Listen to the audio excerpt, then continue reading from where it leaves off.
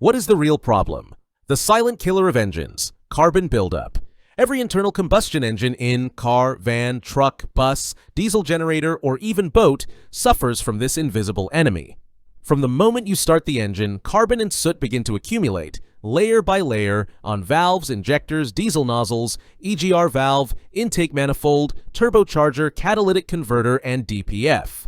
With more mileage, the carbon buildup chokes airflow, disrupts combustion, and puts stress on critical engine parts. The result?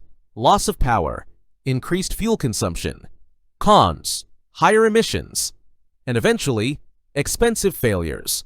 Turbo clog, EGR valve jam, DPF overheat, catalyzer clogged.